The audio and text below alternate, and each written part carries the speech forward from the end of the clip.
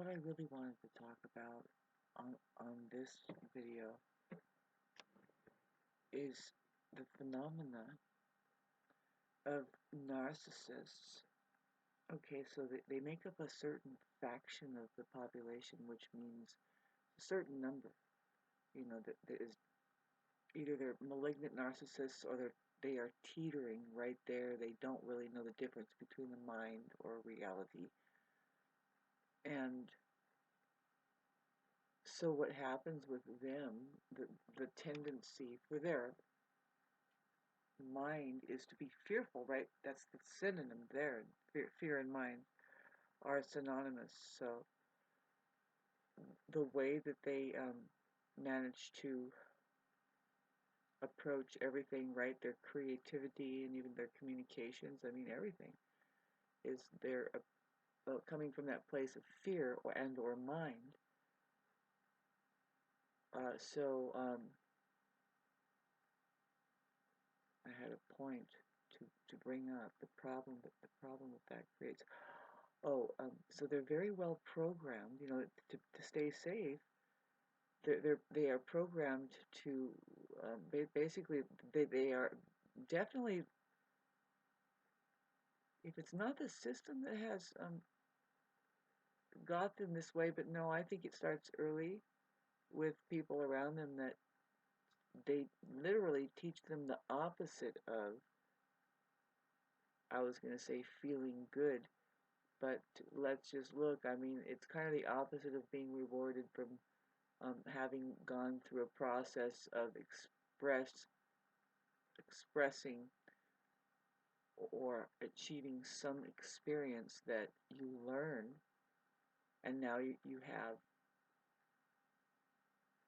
the way that you learned under your belt. Now you are now learning. You see, you're gaining, you're paying attention in a certain way that is a delicacy, and that's lacking in the livelihood, in the presence of the livelihoods of the little bitty baby narcissists. You know, they're just getting started and trying to get on their feet in literal sense and figurative. Thank you for sitting through this. Still Mercury in Sagittarius, we will do word salad and actually make some sense, but maybe. Getting back to trying to expose this very, it's hidden, you know, the world of narcissism, because it's working with energy that you see like, okay, so it's human energy. Now, the problem is perhaps is being inefficient and or using up resources, you know, but this is kind of off the subject matter. What I really wanted to just stress is how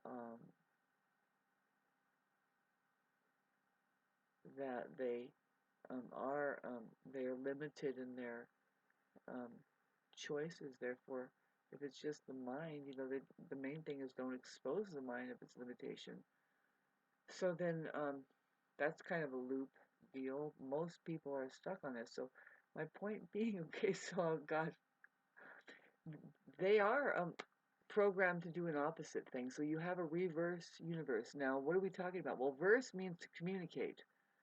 And so what, you know, the universe, otherwise there's the universe, which is one communication, which is, do you have your spacesuit on? If you're watching this, you have no choice.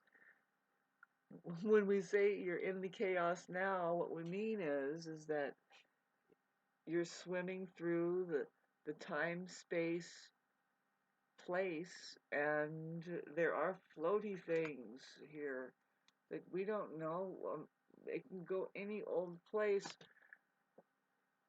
Chaos is not bad. It's actually the creation. It's the nature of the very potent energy or space from which all creation is manifesting and is embraced and contained. It's just like it's reality. Reality and chaos go hand in hand, as far as the very nature of the space that embraces and contains all things, um, it is so much more intense than you can ever imagine, because you cannot scathe it. I can go like this all day, and I am not rubbing it to hell. It's still going to be there for how many times have I actually tried to demonstrate this? According to the Buddha, it's been 8,000 years. Come back and tell you, by the way, reality is an infinitely forgiving, and it's also see, it can't be scathed, you can't damage it. It's here now, persisting. Nobody considers it, but there it is. Might as well sacrifice something, and also not only that, sacrifice something beautiful into it. Make a shrine. Say, reality is here. I'm here. Maybe be that very truth to contend with. See, I am a shrine, a living, breathing fact to run into, and you're definitely just, I'm not going to be like a coffee table. It's not like running into that. Back to poor narcissists, what good was this whole conversation the past 4 minutes to them? They can hit unlike. They think that matters more and more. We're going to begin to explain how that you can't take it personally. You don't take a narcissist personally. You don't take anybody personally. Pretty soon you're going to be able to see and see. For the first time I'm seeing it. I mean, really, it's going to be more prevalent than ever. I mean, why is it anybody else's business at all, especially whatever Jesus was talking about over there? I mean, God, was she just minding her own business and nobody liked it? She's like, yeah, no business. You better pay your taxes. And she's like, fuck you. And then what happened? I think she centered up. She centered up. She said, I'm here now. I don't know, babes. Nobody knows. I don't think they went through the trouble of making cross sections when they were punishing people on the stake. It was just one stake, and they roped them up, and ah, whatever attraction that is. I mean, if you want to know what it really is, I mean, look at it. It's not.